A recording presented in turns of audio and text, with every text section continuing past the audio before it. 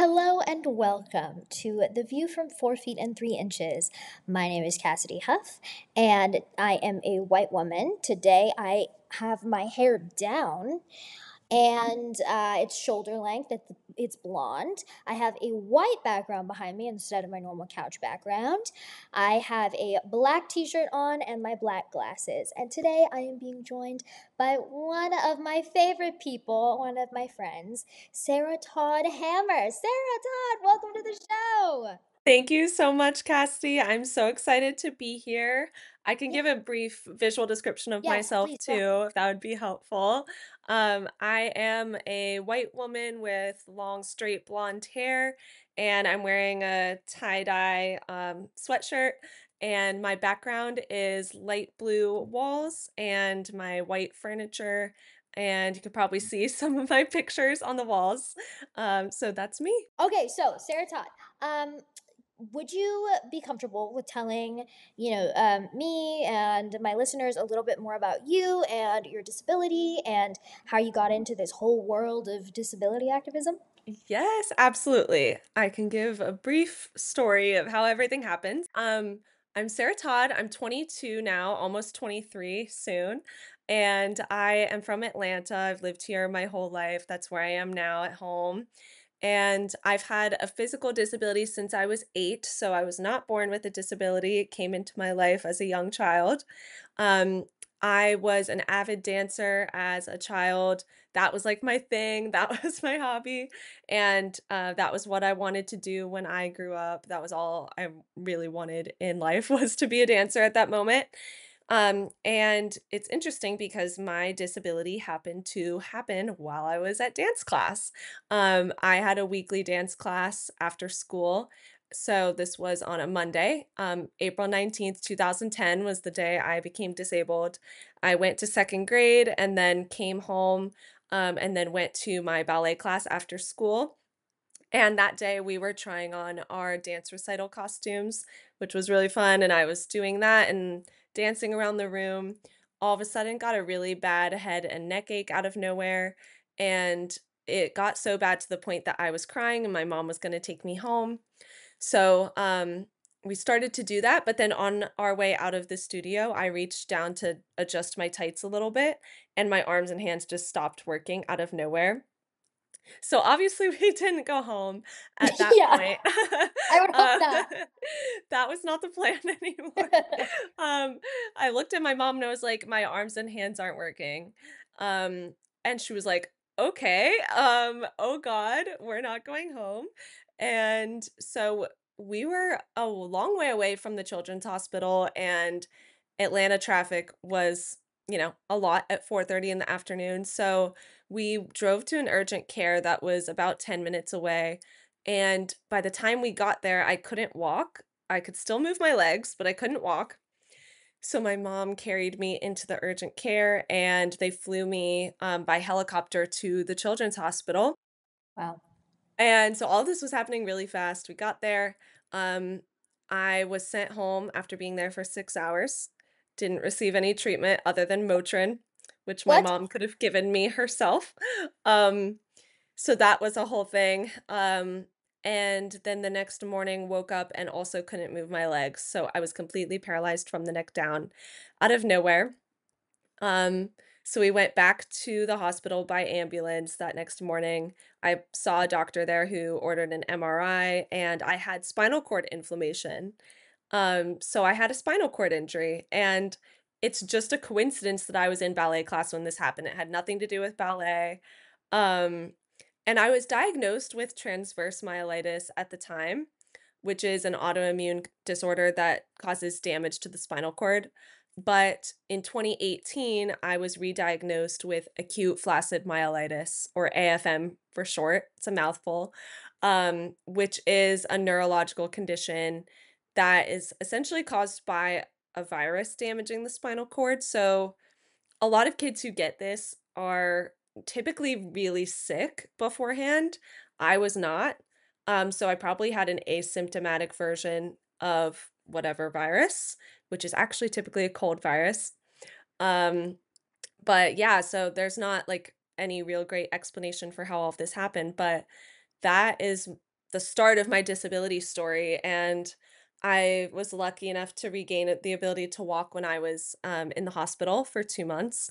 And now, 14 years later, I'm walking, but I have partial paralysis in my arms and hands. So I can't move my left hand at all, and my right hand is really weak, and I can't lift my shoulders up higher than like here, like that level. So that's how my disability affects me today, and what prompted me to get into disability work, which I can go into more detail too. But I threw a lot at you with my No, initial that's super interesting. story. And Yeah. no, no, no, don't apologize. Don't apologize.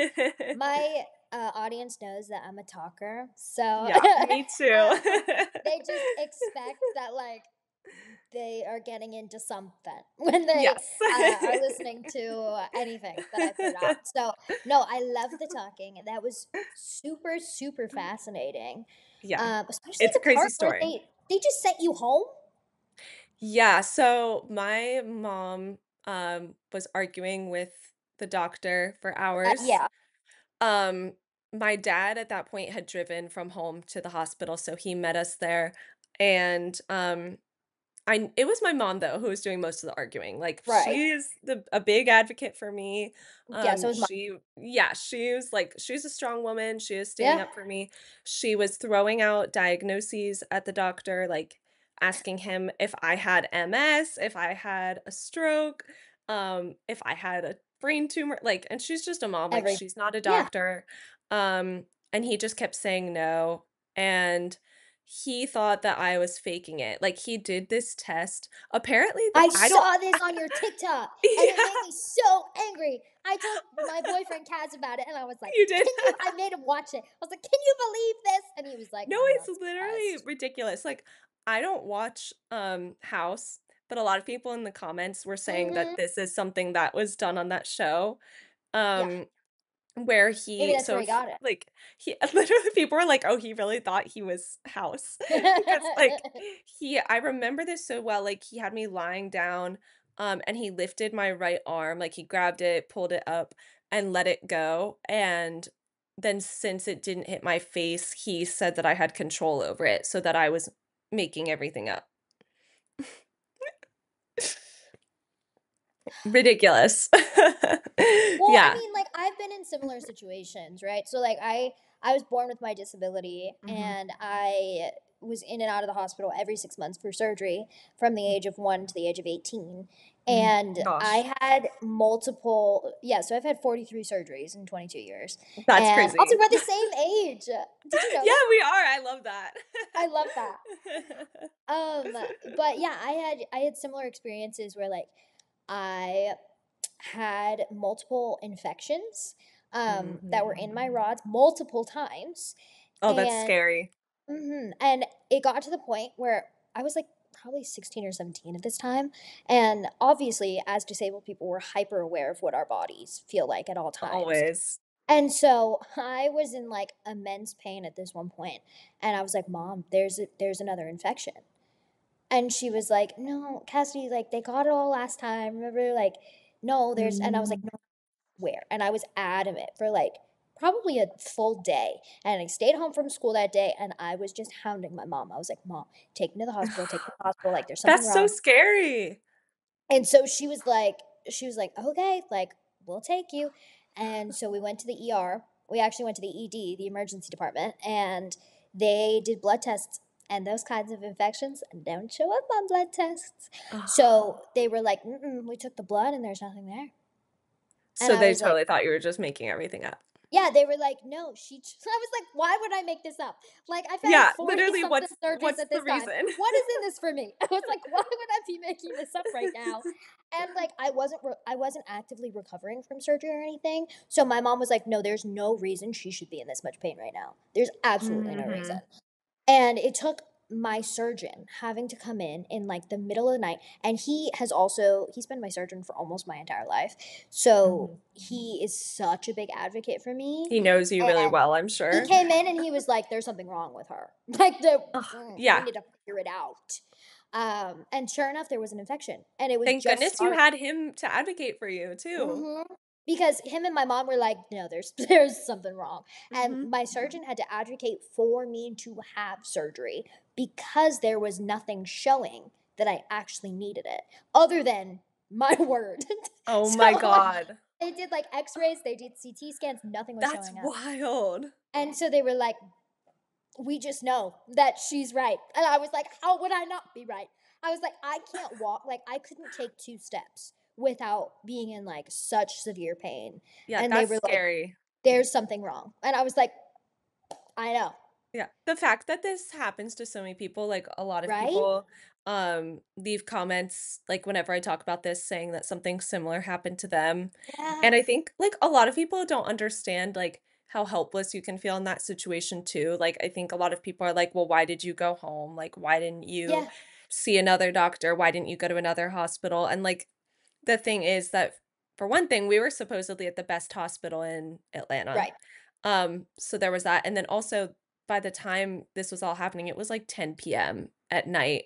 What are you supposed to do? Um, there was, like, nothing else to do, and my mom honestly thought that I had, like, a brain tumor or something like that, and I have a pediatrician who I've known since the day I was born, and he's amazing, and so she was just gonna take me to him the next day because we were like, "We know we can trust him." Something's wrong. Yeah. Yeah, but then when I woke up and I was worse, we were like, "Alright, well, we can't just do that, we have to go back." She literally can't go anywhere. So, Yeah, uh, and, like, the thing is people I don't know, I think people don't get that. They don't get how mm, helpless you can be in that situation and that there really are no other options, and that when you are face to face with a doctor who's refusing to do anything, you really can't do anything about that, no, like there's literally no, and especially when it's 10 p.m. at a hospital, Mhm. who's going to see you? Who's Yeah, still no there? one would. Yeah, That's gonna no one see you, would. that's gonna take you on as a case, especially when Mhm. you don't have a bed in the hospital, I think is the main thing. Like, if you don't have a room, like a physical hospital room on the floor, nobody's gonna see you. So if you're in the ER, they're just trying to cycle through people and get people out of the ER as Yeah, fast as possible. You that's their basically goal. have to prove your case to get a bed Also, in on the he floor. literally told my parents that, like, he basically was just like, "If she's not better in the morning, bring her back." So he insinuated that I could wake up and everything would be fine. And to me as an 8-year-old, I trusted that. So, like, when I woke up the Oh, next that's the morning, I thought worst. everything would be fine. I remember so clearly, like, I was so excited when I woke up that morning because I was like, "Everything's gonna be okay." And then it was worse. And then you're like, I actually can't get up. So, Yeah, and I had to call out for my mom. oh, Yeah, that's horrible. it I'm was so crazy. Yeah. sorry. It's weird, like, looking back on it at my age now, it's, like, even weirder because I'm like, "Whoa, that actually happened, and I experienced that, and I, like, made it through that, and I'm, like, fine." Like Yeah, it's crazy. Like Yeah. it's I have those moments all the time too where I'm like, wait a second. And Yeah. then I'm like, oh, that really happened to me. Yes, it's so weird, like, all those things that happened when we were children, especially Yeah, because you're seeing them through a different lens now when you're a young adult, right. and I don't know, that's just something that really gets to me. Yes, I was talking to my mom about this. So I was talking to my mom about this like 2 days ago maybe.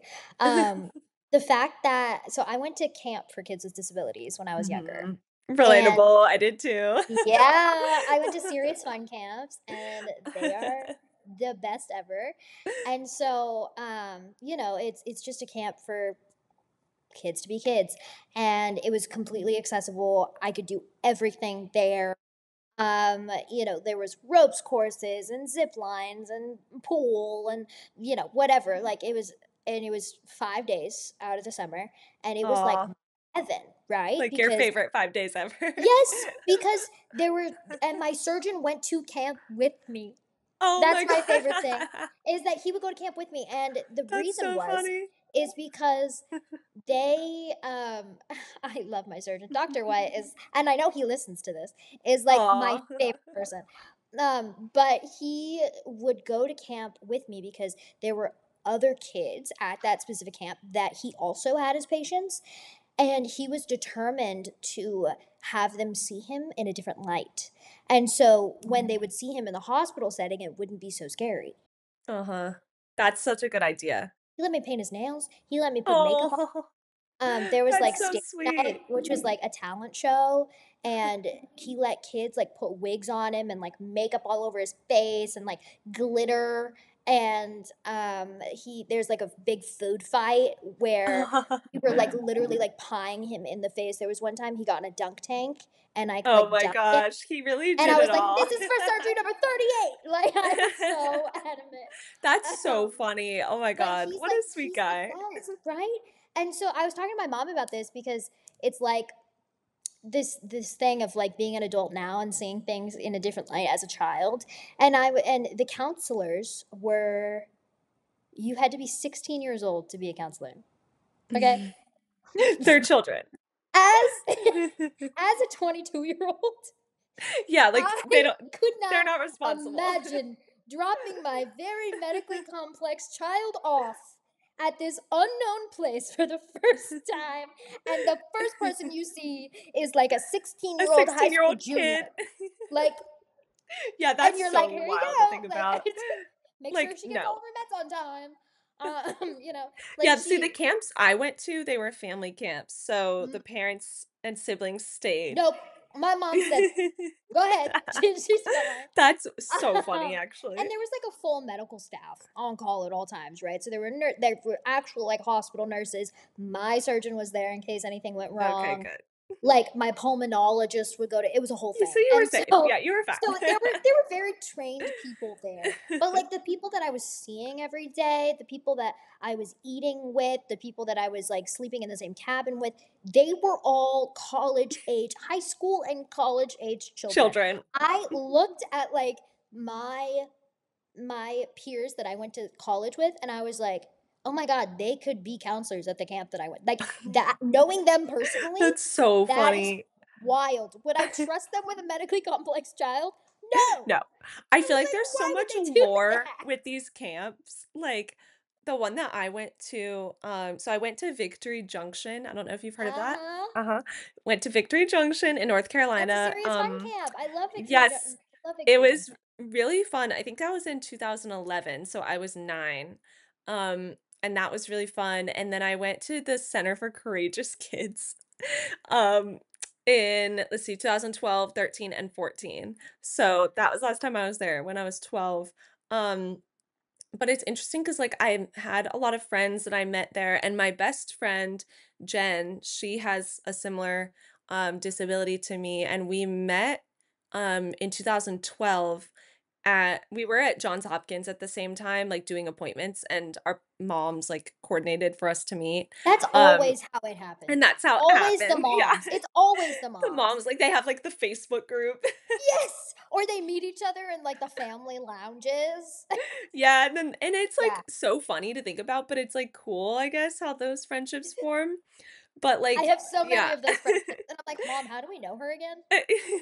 Hospital, My that mom's like, visit. "Oh, we met her in the waiting room before you went to surgery once." I'm like, Yeah, it's "Oh." so She's funny. like, "Yeah, you were 2. You don't remember that." I was It's, like, like, the most random things, but it's, like, so cool how you can meet people and, like, "Yeah." yeah, and, like, Jen and I are best friends, like, to this day. She's 4 years older than me, but, we're best friends, and we would see each other at those camps, and she and I talk all the time about, like, all the wild stuff that we would do and, like, just the funny activities and, like, but one thing that's interesting about at least the camps we went to, and they were amazing, but they would have a lot of doctors who were specialists in, like, the different disorders that the kids had. They would come, which was really good because a lot of those kids, like, wouldn't have been able to see those doctors otherwise, but they would sometimes have us do, like, participate in research studies.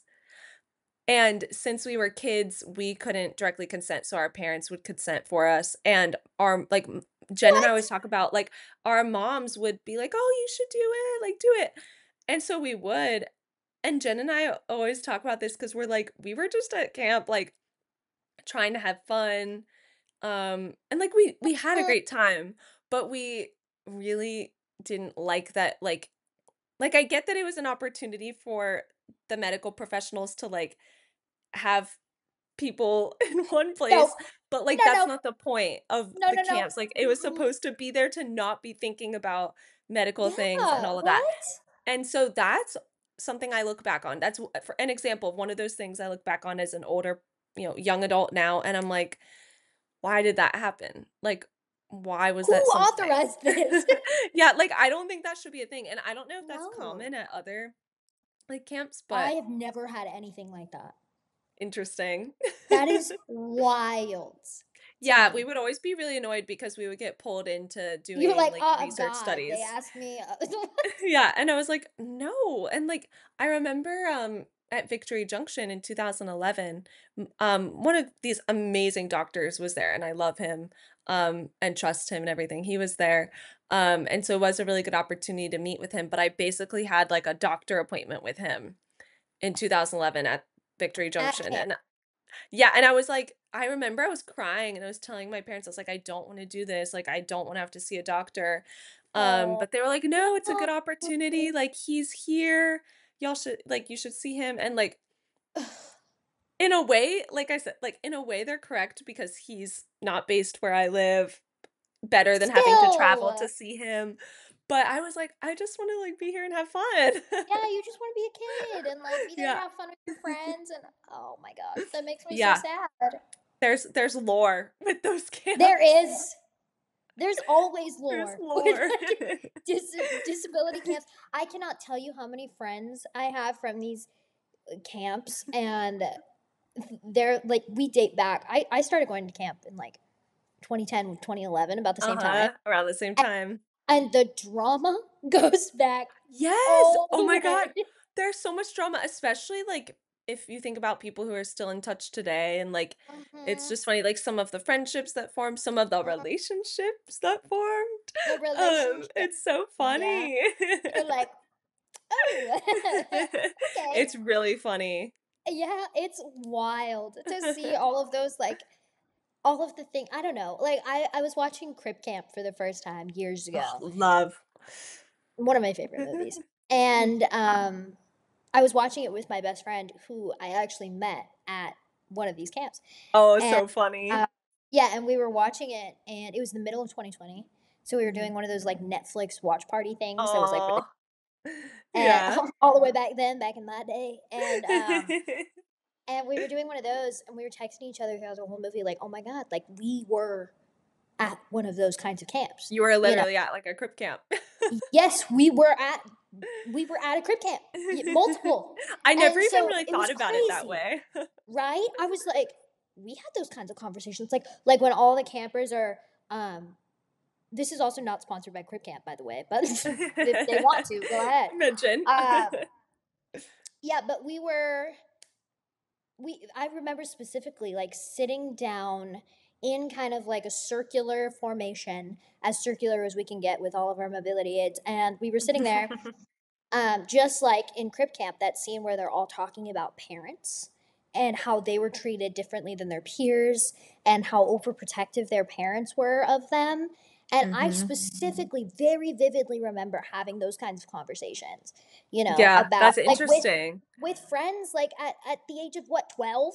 Like we were just sitting there talking about parent like things that kids don't usually think about It shows, past like, the like maturity that yeah, y'all it shows were the forced maturity, right? Because yeah. you at 12, you don't usually think about like the differences between how your parents are treating you versus your siblings, That's or not something you would no, hopefully be thinking it's about, like, it's that's usually like it's never past the point of like, man, my mom's really annoying me right now. yeah. You know, like Normal, like, kid rant, yeah, it's different right, when you're disabled, like, you mature faster because I right. mean, typically, I feel like most disabled kids, like, end up maturing faster, thinking about things that they wouldn't have to be thinking about, and, like, honestly, like, as a disabled person, I'm really thankful for that. I think, like, it's made me better equipped to deal with certain things in a lot of different contexts, like at work, at college, like in life.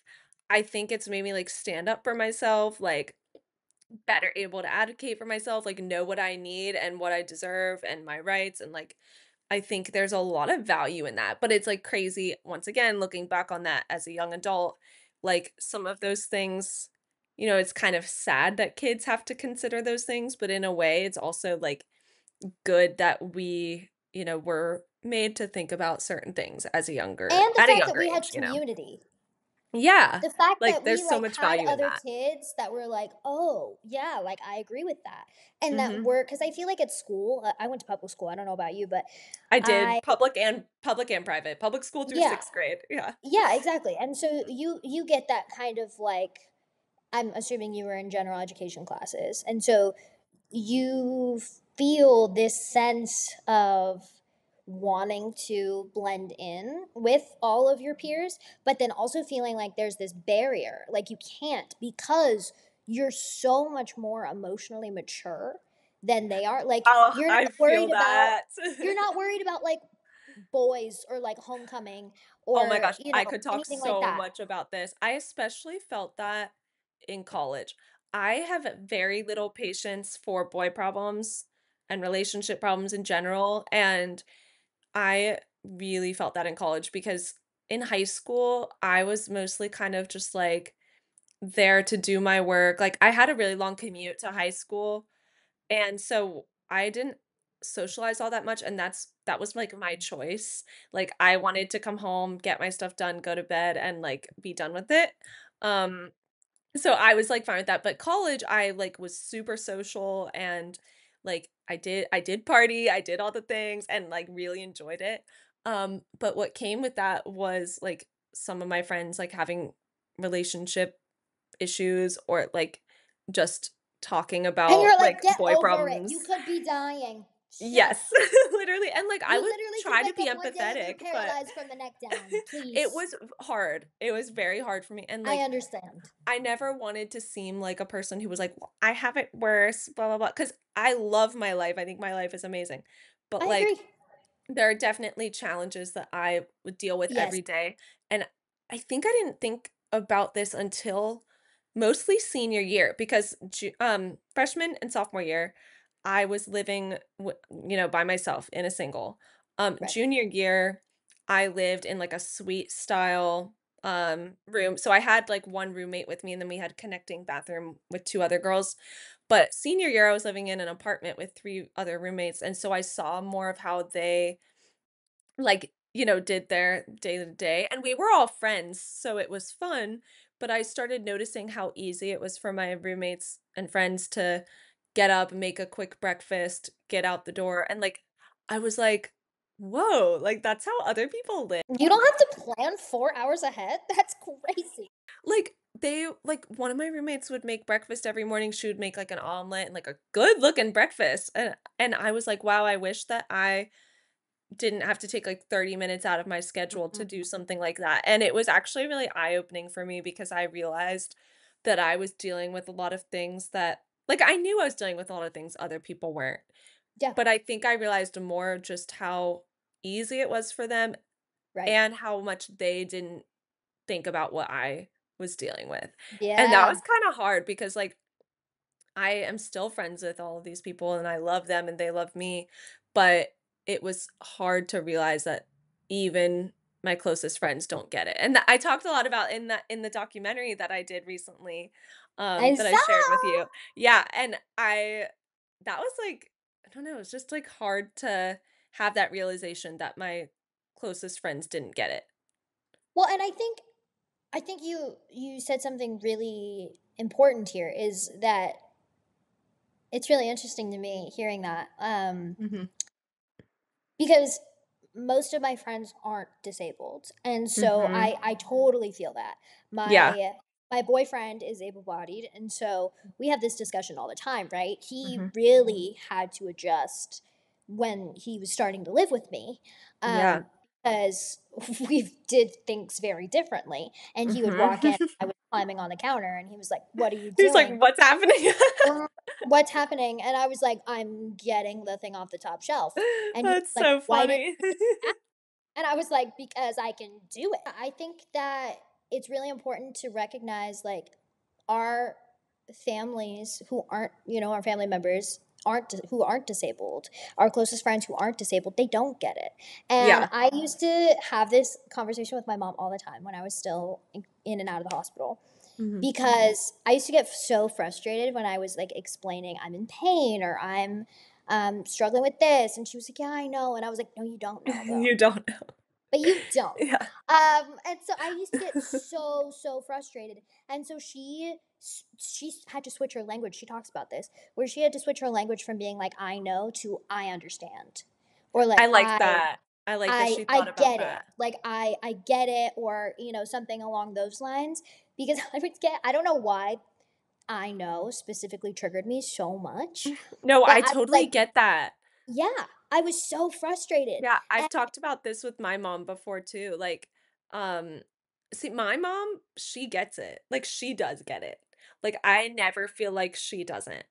Like, she pretty much almost 100% gets it. There's, like, very few times where, I've told her, like, that I was frustrated with something where like, cause she helps me as soon as she can, like, she does everything the way I want it done. I don't even, like, have to tell her the way I want things done. Like, she gets it. Like, no complaints there, honestly. It's like it's friends, really, and it's mostly, of course, non-disabled friends, and I like that you brought up the "I get it" or, like, the "I know," language because, one of my friends said something along those lines to me a few months ago where I said to her, like, "It's just really exhausting having to rely on people for help all the time," and she was like, "Yeah, I get that," and I just didn't respond because I was like, "No, you don't." Like I you don't think have to rely on people to open things for you. So she does no, you not literally get don't. that at all. Like, the better response, I think, would be like, "Oh, yeah, I can't imagine that, but, like, I'm sure it must be hard." Like, something Yeah. like that. Or And, like like I'm here, or like something along those. yeah, something, like, reassuring, something sympathetic, like, Mm. because I don't know, maybe people would say that we're reading too much into the language here, but I do think it matters. Oh, literally everybody is gonna be like, "Why are you guys talking about this?" Yeah. It matters because I mean, I guess people's default response is, "I get that, I understand," like, maybe they're not Right. thinking too much about that reply, but I think they should be thinking about the reply. Agreed. Especially if you have a disabled person in your life.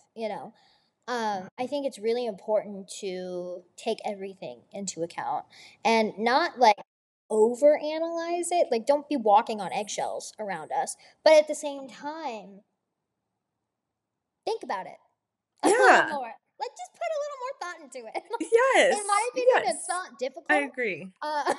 But like, I think Yeah. about it anytime I'm around, a new friend with a new disability, or even a new friend for me in general who's disabled. Because even if, my best friend has CP, even if I make another friend who also has CP, they're not affected in the same way. They're not going to need the Mhm, same accommodations. They're not going to want to be treated the same exact way mhm. for certain things. Yeah. So I think it's just important for everyone. Just put a little more Yeah, thought. it is. Yeah, and, like, I do try to give people grace because I think, like, if I weren't disabled, I would not know, like, a lot of the Mhm. stuff that I know or most of the stuff that I know. So I Interesting. try to remind myself of that because I have no clue what I would be like if I Right. weren't disabled in that No, way, and, that's what I like say all the time. yeah, it's, like, weird because there's no way to know, but, like, I don't have any disabled family members, um Yeah, me neither. so I'm like, how else would I have acquired this knowledge without Yeah, becoming disabled myself? right. Like, I try to remind myself of that. And like, I know that that doesn't mean that certain things people do are okay, but I think it can help me relax a bit and be like, okay, like I have to just give people a little bit of Yeah. grace. Like, I Yeah, do think that is important. Like, I I try agree. to remind myself of that. And it's hard, but like, I think it's something to try to practice as much as Yeah, possible. I agree. I Mhm. 100% agree with you. I get a lot of comments. We get very similar comments, I've noticed. I wanna talk about that. Oh, you do? If you Let's want talk to. about I it. definitely wanna talk about social media stuff because, Girl. I feel like you and I have, like, kind of similar following Yeah, I would and agree. post similar things about our lives. We're pretty open Yeah, I about agree. things. We're the same Yeah, age, I have and to say, every time you post something, I'm like, oh, I just posted that. Or like, oh, I was gonna post that too. I So literally, like, I look at your totally get TikTok it. all the time and, like, scroll and, like I was telling my brother about you the other day, actually, when you got your plaque, your YouTube Thank plaque, you. and he was I'm like, very proud "That's of it. epic."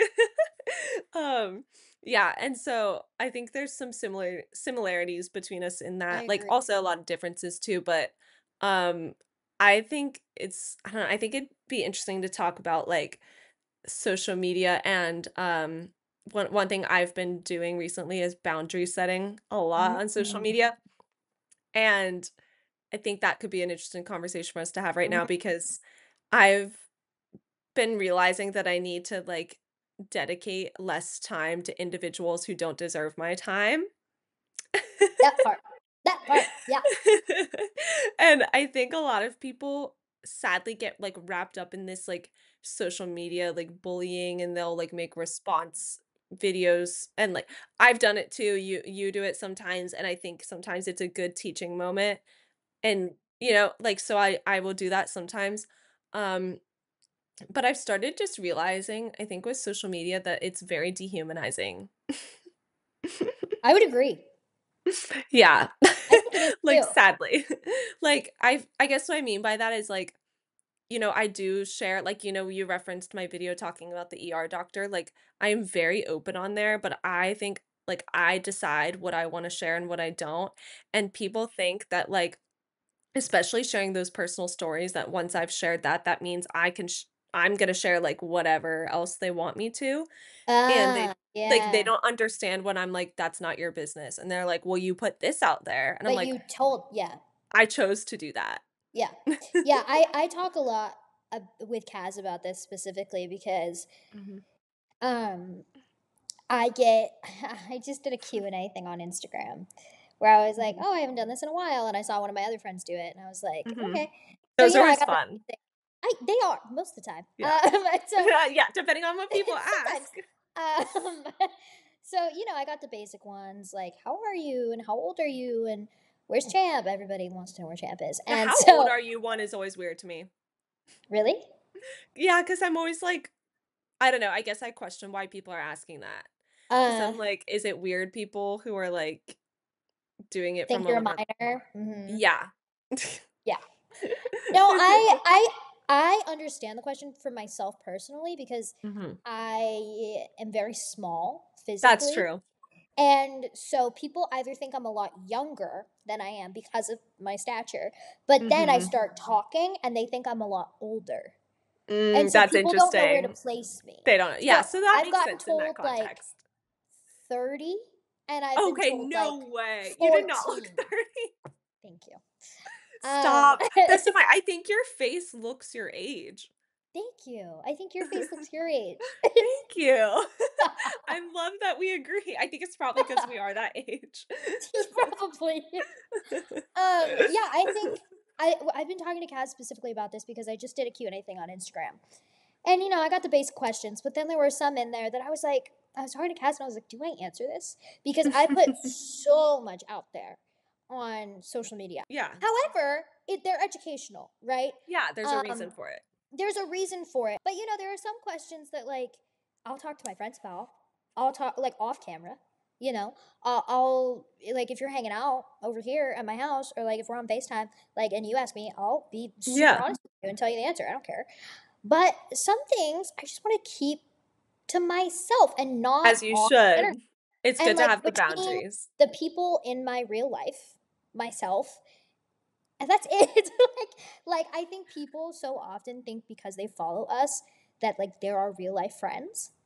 Yeah, it's And very parasocial. it's like, okay, girl, like I don't know you. Like in real life. Like, it's weird. I've had people send me their addresses over DM. I've had and Okay, I was I've like, never had that hey, happen. no. We're not doing that. I do I've have people, like, request to follow me on my private Instagram that I have just for friends, no. and if they do that, I always look them up on my public one, and if they're following me, I block them because 'cause I'm Out. like, "I don't like that you asked to follow my private Instagram." Why would you do that? You don't know me. It's Like weird. you don't know me. Yeah. It's so strange. And Yeah. especially because we're disabled, right? And we post about our physical bodies. It's it feels like people feel entitled to know specific, very intimate details about our bodies. Yes. And it's like that's between me and my body. Yeah, I've started, like, really being intentional about, like, how I'm spending my time on social media. I'm like, "Okay, I'm posting about what I wanna post about." I respond to the nice comments, like, as many nice comments as I can, because those people deserve it.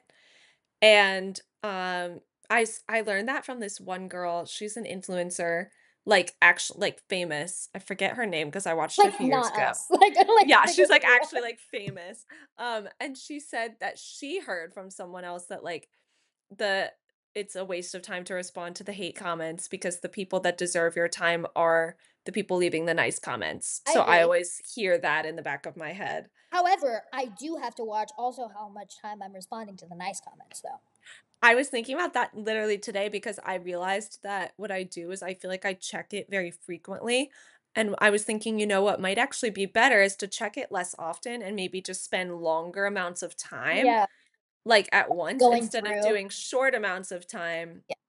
often. It might be better because, like, I do find myself, like, interrupting my lunch. And I'm like, I'm supposed to be like on my lunch break right now. And Like like, relaxing, yeah, brain off. Yeah, not like working.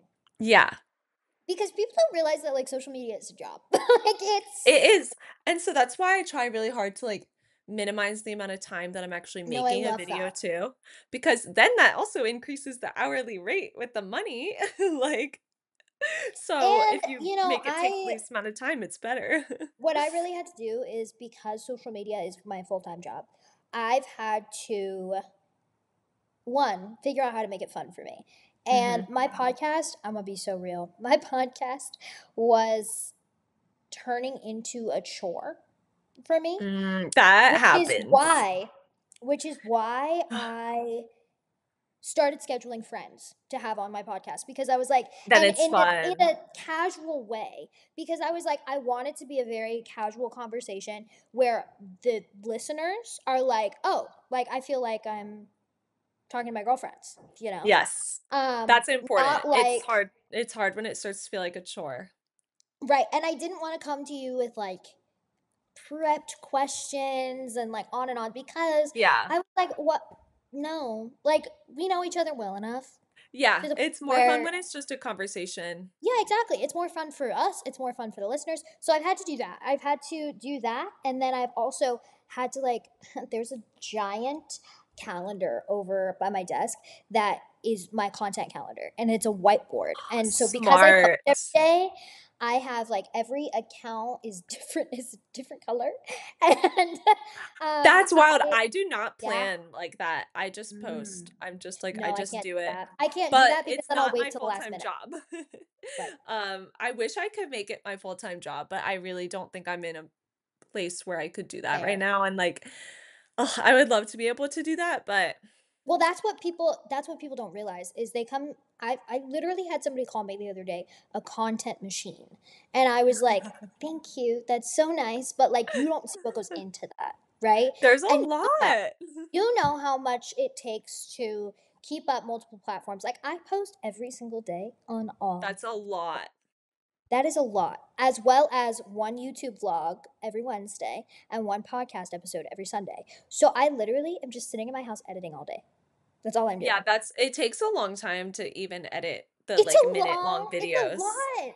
It's a lot, and And it people don't is fun, but it can just yeah, be, yeah. sometimes. It's Yeah. like, sometimes it's I fun. find it, like, more fun when I am able to film, like, when I'm out and about, like, with friends, like, doing stuff like that, and I have those funny videos, like, with my friend Jen, like, when I was with her recently, we were together for 2.5 weeks, we filmed some fun videos, and those are always just the most fun, like, rather than me just, like, sitting, talking at my camera, and, like, those are fun too, but I like when I can kinda diversify it, and then it is less of a chore then, like, I actually really find it very fun when the videos are different, um, and lately, I've had a lot of ideas for things, so thankfully, that's not been, like, an issue for me, but it's kind of like I don't know, I kind of wish that I had more diversity with, like, I'm not just sitting at my desk filming something. Like, I wish I was better able to, like, film out and about, but Yeah, it's hard for me because, like, it's difficult. It's not it's easy. sometimes I'm just out, like, with my mom, and I'm like, "I just kinda wanna enjoy my day."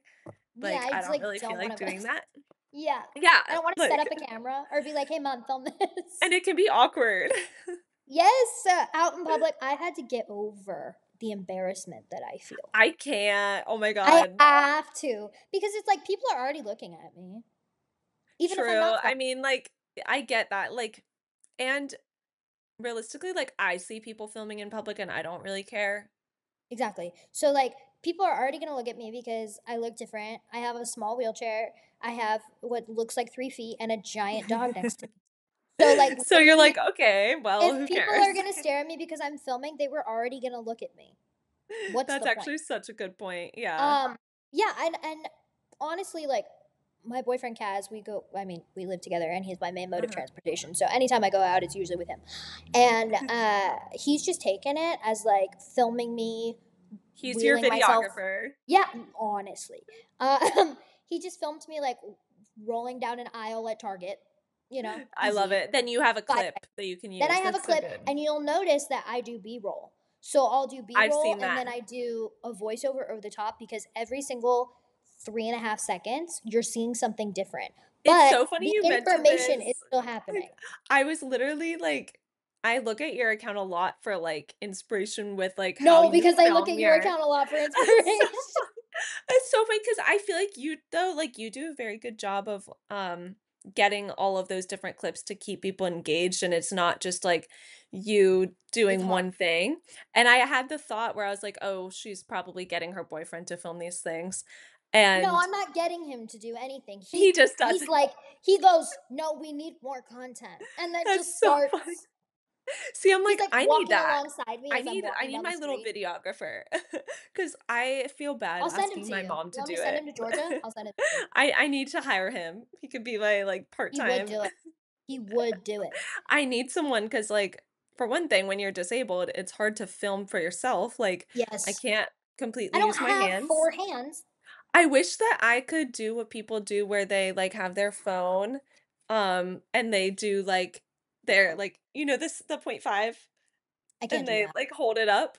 I wish that I could do that and just walk and film like that, because I would have so much content that's, like, Yeah, not just me sitting at a desk, but I can't hold my phone up like right. that. No, I get it. Um, Yeah. yeah, I totally get it, and I think setting boundaries as a content creator is, like, the most important thing. Yeah, I'm so glad we Because talked about that. I it I think is not enough people bring up, just, like, the toll it takes on mental health, balancing it with also doing work if there's, like, with, like, like, I work. your real Um, life.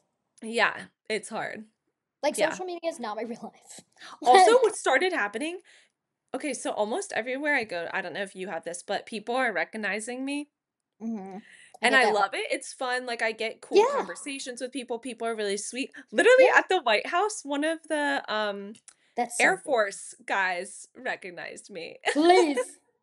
And I was like, "That's not" like, it's funny because I don't really know who to expect, like, who's watching my stuff, and he said he has a deaf brother, and so it's cool to, like, have these conversations with Yeah. people, like, it enables you to meet some cool people. There was one really funny interaction in DC that same trip a few weeks ago. I was walking, just, like, around the museums with my mom outside, and this one girl was on her jog, and I saw her face, like, light up when she was approaching me, so I was like, "Oh, maybe she recognizes me," and then as she passed us, she was like, "I follow you on Instagram," and she just, like, kept jogging, and it was so sweet.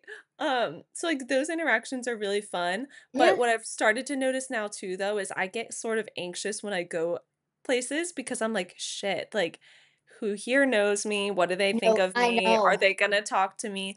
And Yeah. thankfully, I've only ever had nice people come up to Yeah, me me, too. But still, it's you always know? that fear of, like, you're a disabled woman, so you're vulnerable Yeah, I have that. automatically.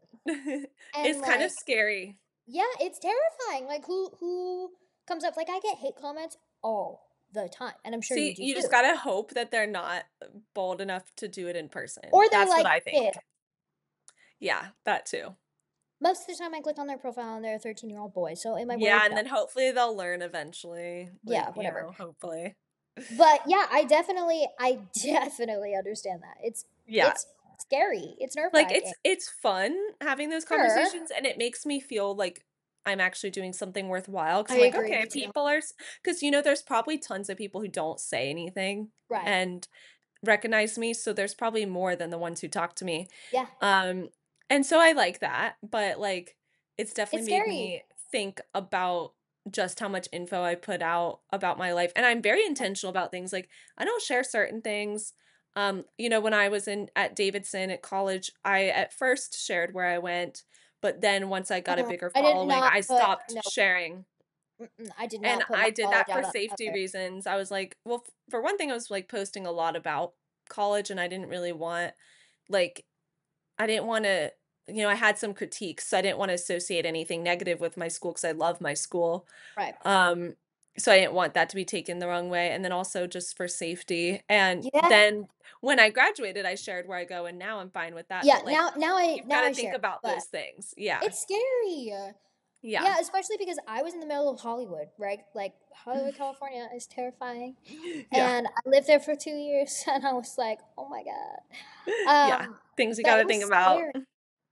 It was I had run-ins there where all were positive, thank God. But like I got a Good. comment the other day that was like, "Hey, I went to downtown Disney for my boyfriend's birthday." Oh, And that's fun. yeah, and so we went because, we can't go into the parks because I don't have gas anymore. Yeah, Uh, that's a whole but other thing. I know that's a whole other podcast. But yeah, and so we went to downtown Disney. We were shopping and like looking around. We ate dinner there, and I got a comment a couple days ago that was like, "I saw you in downtown Disney, but I was too nervous to come I up and get talk comments like to you." that too. And I was like, "That's so nice. Thank you." People comment, they're like, "Oh my god, this might be a crazy question, but did I see you in X city?" And Yeah, I'm like, I'm "Yes." like, If it's like an innocent seeming comment, I reply and I'm like, "Yeah, oh my god, like, that's where'd you see crazy." me?" And then they Uh, tell me. yeah, yeah, it's definitely crazy, like the impact and the reach we have. It's So that weird to brings think me about. that brings me to my last and final question for you. So, um, as you know, I mean, I think your demographic is probably the same as mine, Probably but similar. yeah, I have a pretty young audience, and most of my audience ranges from like 13 to 18. Some of them are a little bit older, like our age, like 18 to 25 or whatever, 24. Mhm. But I get a lot of questions about Mhm. confidence and from like young disabled people about confidence and how to survive as a disabled woman, and independence and all the rest. And so I do my best to share. But every time I have a disabled woman on the show, I Mhm. like to, every time, meaning one other time, I'm making it a habit of asking all of you what your advice is for young disabled people out there, in general. Oh, great question.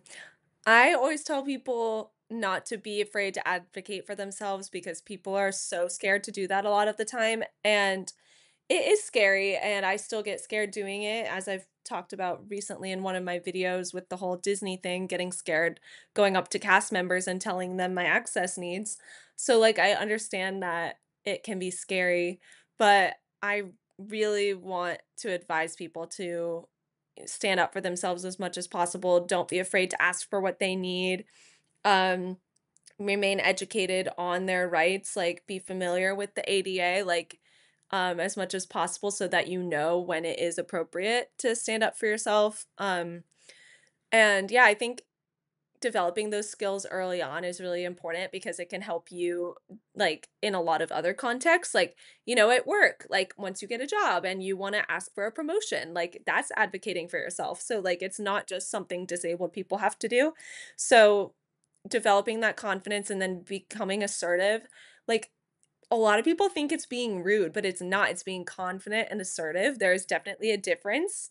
Um, and I think it is such a good trait to have. I really love when people, especially women, are confident, stand up for themselves, know what they need, know what they deserve. It will help you get so far in life in a lot of ways. So, since disabled people have to do it more than non disabled people do, I think it's honestly an advantage to us because then we can develop those skills. So, I think working on that, and I know not everyone has a model of, someone who's been an advocate to look up to, so it's easier for some people than it is for others. But a good way to start practicing that is at school, like when you need accommodations, like if you go to college, having those conversations with the disability office is a great way to start.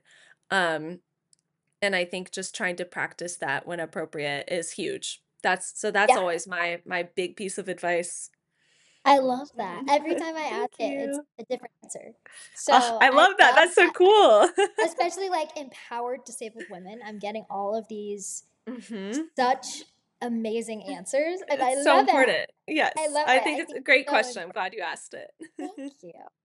Well, thank you so much, Sarah Todd, for being on the show. It's a This was really full so circle fun. moment. Thank Yes, you it so much for was. having me. I Thank loved this. you. Like, we have so much to talk about. I feel like we need to I just know. like have a FaceTime. I agree. I feel like we need to like find our time in a week and like just schedule Literally, each like, other in. continue more conversations. The problem is Yeah, I'm on Zoom all the time for work, and I then get it. when I'm not working, I hate being on the Yeah, phone. I'm like, actually, no, I'm not doing that. Literally.